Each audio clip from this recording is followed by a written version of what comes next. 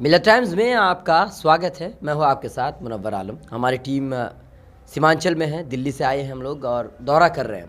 बिहार विधानसभा चुनाव 2020 काफ़ी चर्चे में है और इसकी वजह यह है कि कई गठबंधन हो चुके हैं। उनमें से एक गठबंधन पीडीए है और पीडीए में शामिल है एसडीपीआई यानी कि social democratic party of India.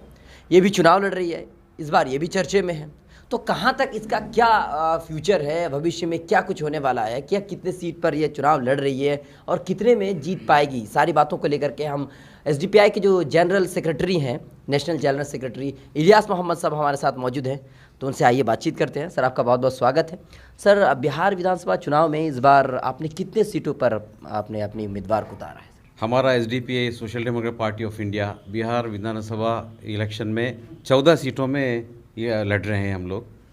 उसमें हम लोग पीडीए जो गठबंधन है उसके साथ हम लोग इंशाअल्लाह अल्हम्दुलिल्लाह ये चुनाव में बहुत अच्छा अलग अलग पार्टियों के ख़िलाफ़ बहुत टक्कर लगा हुए हैं और उम्मीद है हम लोग कहीं ना कहीं 2-3 सीट में जीतेंगे। अच्छा, एक बात है कि देखिए, आप एसडीपीआई की अगर हम बात करें तो नई पार्टी है और ख़ास करके बिहार में अगर हम बात करें तो इसी बार आई है, इससे पहले चर्चा भी नहीं था। तो जब आप यहाँ आए हैं और इसके मुकाबले में है महागठबंधन है, बीजेपी है, तो आपको लगता है कि ऐसे में कुछ फ़ायदा होगा? क्योंकि बिहार का जो पॉलिटिक्स है कुछ ज़्यादा ही अलग है। देखो, आज़ादी मिलकर अभी 73 साल हुआ है। हिंदुस्तान का मुसलमानों का, दलितों का और हमारे जैसे कॉमन लोगों का हालत देखो। हम लोग अभी भी रोटी कपड़ा मकान के लिए तड़प रहे हैं। पूरा दुनिया के लोग मंगलयान के बारे में चिंतित कर रहे हैं, यूनिवर्सिटी के बारे में चिंतित कर रहे हैं। अभी हमारे बीच में, हमारे समाज में देखिए, अलग अलग ऊंचे जात वाले हैं और दलित और मुसलमानों के अलावा जितने जात वाले हैं पूरे हाई लेवल ज़िंदगी गुजार रहे हैं। लेकिन मुसलमानों को अभी भी रोटी कपड़ा मकान एक बहुत बेसिक चीज़ें हैं। तो ये हालात, इसका कारण कौन है? यहाँ के जितने राजनीतिक दल है, ये लोगों की वजह से हमारा हालत ऐसा हो गया, इतना बदतर। और बिहार एक उपजाऊ ज़मीन है, सिर्फ एक कृषि क्षेत्र में उपजाऊ नहीं है बल्कि पूरे क्षेत्र में। यानी यहाँ सांस्कृतिक, यहाँ के धार्मिक, दार्शनिक, बौद्ध महावीर जी से बड़े बड़े दार्शनिक लोग यहाँ पैदा हुए हैं और जयप्रकाश नारायण जी से इतने बड़े एक शख्सियत पैदा होने के इस रियासत में हम अब और एक बात मैं कहता हूँ, मैं कर्नाटक वाला हूँ। कर्नाटक में बहुत सारे मदारिस में और मसाजिद में इमामत करने वाले कौन हैं? बिहारी के उलमा लोग हैं। बहुत एक फ़ख्र का बात है। लेकिन वह हम लोग वो सोचते बिहार कैसा रहेगा। जब इधर बिहार जब हम आए, यहाँ देहातों में हम गुजरे, मैं समझता हूँ ना 1947 से पहले हम लोग अभी गुजर रहे हैं। अच्छा, मतलब उतना गुर्बत है। जिधर आप रहते हैं उसके मुकाबले में ये 94 आप समझ रहे हैं? आप 1947 से पहले हम लोग, मैं जब छोटे बचपन में मैं स्कूल में जाता था तब ये पैंट पहनने के लिए हमारे जो साथी, मैं भी पैंट शर्ट पहनने के लिए मोहताज था मैं। अच्छा, तो वही मंजर अभी इधर देखने को मिलता है। अभी आप साउथ इंडिया में आइए, मैं साउथ इंडिया और नॉर्थ इंडिया को कंपेयर नहीं कर रहा हूँ, लेकिन यहाँ के हालत के बारे में इतना गुर्बत है, इतना गुर्बत है। अच्छा मकान डेवलपमेंट नहीं, इसीलिए ऐसा एक राजनीतिक दलों को हम लोग वोट दे के उनको सपोर्ट करके क्या फ़ायदा है? बड़े बड़े बैनर है उनके पास, बड़े बड़े शख्स है, वैसे लोगों को वोट दे के। अभी हम लोग जब हमारा जैसा एसडीपीआई का पार्टी के बारे में बात करने में आप लोग बोलते हैं मुसलमानों का वोट डिवाइड होता है बोलकर, हमें वोट डिवाइड होने दो, नहीं डिवाइड होने दो। होकर क्या होने वाला है? यहाँ किसको जिता के क्या हम लोग पाने वाले हैं? तो इसीलिए हमारा पैर में हम लोग खड़े होने के लिए सीखना सबसे पहले। अच्छा, नहीं मतलब ये होता है ना कि अभी जो बातें हैं, जैसे एमआईएम को भी वोट कटवा बोलते हैं, तो कहीं ना कहीं वो जहाँ पर चुनाव लड़ते हैं वहाँ पर बीजेपी को फ़ायदा पहुँचता है। तो आप अगर अभी चुनाव जहाँ पर लड़ रहे हैं और माहौल बहुत अलग टाइप का है, तो वहाँ जहाँ भी आप चुनाव लड़ रहे हैं तो ऐसा तो है कि वो वहाँ पर मुसलमानों की तादाद ज़्यादा है, तो जाहिर सी बात है वोट तो कहीं ना कहीं डिवाइड होगा। तो इसीलिए वो लोग, अरे यार, वो वोट डिवाइड होकर आप बोलने का मतलब बीजेपी आएगा बोलकर है ना? बीजेपी और कांग्रेस में क्या फ़र्क है बोलो? क्या फ़र्क है? एक सिक्का का दो चेहरा है बीजेपी और कांग्रेस। जब छोटे छोटे इश्यू, जो बड़े बड़े इश्यू के बारे में बात करने के टाइम नहीं है। एक इश्यू मैं बोलता हूँ, राम मंदिर का और बाबरी मस्जिद का।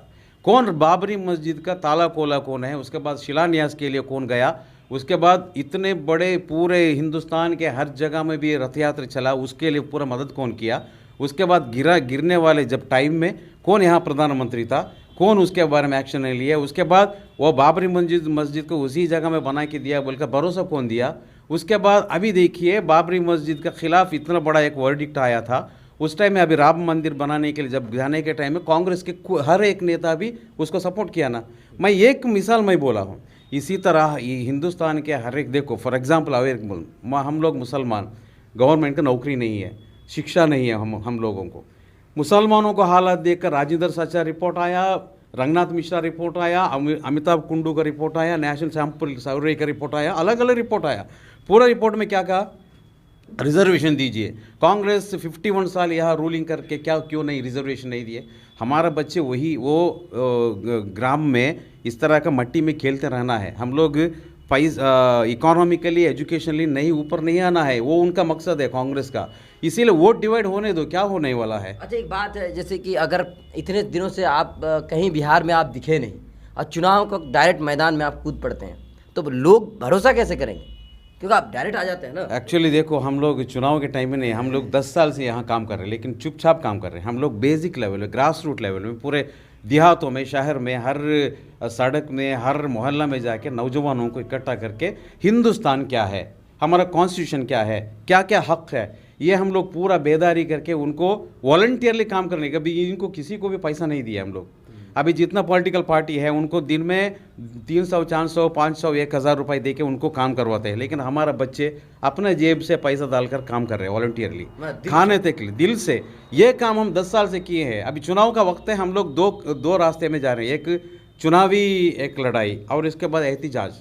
हिंदुस्तान में दलितों के ऊपर मसला होने दो, मुसलमानों के ऊपर, किसी किसान को, हम लोग सड़क में आते हैं, इसके खिलाफ लड़ते हैं, एक एहतिजाज भी करते हैं, चुनाव भी लड़ते हैं। इंशाल्लाह पंचायत से लेकर पार्लियामेंट तक हम लोग लड़के उधर हम लोग जाने वाले हैं, इसीलिए थोड़ा गुजरना पड़ेगा। अच्छा एक बात बताइए कि आपका मोटो क्या है, एसडीपीआई का मोटो जो है, अगर वो जीत जाते हैं तो उसका मोटो क्या है? देखिए ऊपर लिखा है, freedom from hunger, freedom from fear, that is the motto. हम भूख से आज़ादी, खौफ से आज़ादी। यहाँ भूख है, भूख मतलब तरक्की, सबसे रोटी मिलना, मकान मिलना, एजुकेशन मिलना, ये सारा सड़क मिलना, मार्केट मिलना, नौकरी मिलना, इसके डेवलपमेंट। हंगर सबसे पहले रोटी, उसके बाद फियर मतलब भाई हमारे ऊपर ज़्यादती, हमला, अत्याचार सब कुछ हो रहा है, उसको भी हम लोग रोकना। ये रोककर एक नया हिंदुस्तान बनाने के लिए और एक नारा है हमारा, पावर टू पीपल। पीपल मतलब कौन है, हमारे जैसे लोगों को पावर मिलना, इक़्तिदार मिलना। अभी इक़्तिदार किसके पास है, किसके पास बड़े बड़े करोड़ों रुपए है, उनके पास इक़्तिदार है, उनको पैसा लेकर उनको टिकट देते हैं। हमारे जैसा कॉमन इंसान को देते हैं क्या? हमारे जैसे आदमी अगर पार्लियामेंट में, अगर विधानसभा में जाते हैं, गरीबों का मसला, किसानों का मसला, मुसलमानों का, दलितों का मसला को हमें टेबल में मार कर हमें लड़कर हमें लेंगे, तो ये हमारा मकसद है, इसके लिए हम पार्टी बनाए। चलिए बहुत बहुत शुक्रिया। तो आपने सुना एसडीपीआई के national general secretary Ilyas Mohammad sahab हमारे साथ मौजूद थे, जिन्होंने अपने सारी बातों को बताया। तो आज तक के लिए इतना ही, बहुत बहुत शुक्रिया। कौन जीत रहा है बिहार, किसकी बनेगी सरकार? 15 साल लालू प्रसाद, 15 साल नीतीश कुमार, किससे आई बिहार में बहार? कौन है सीएम की कुर्सी का हकदार? कितनी सीटों पर जीत रही है ओवैसी की पार्टी? छोटे छोटे दलों से क्या फर्क पड़ रहा है वोट पर? दिखाएंगे हर खबर, हर समाचार, पेश करेंगे हर सीट का सर्वे, बताएंगे पब्लिक का मूड, दिग्गजों की सीट पर रखेंगे बारीक नजर।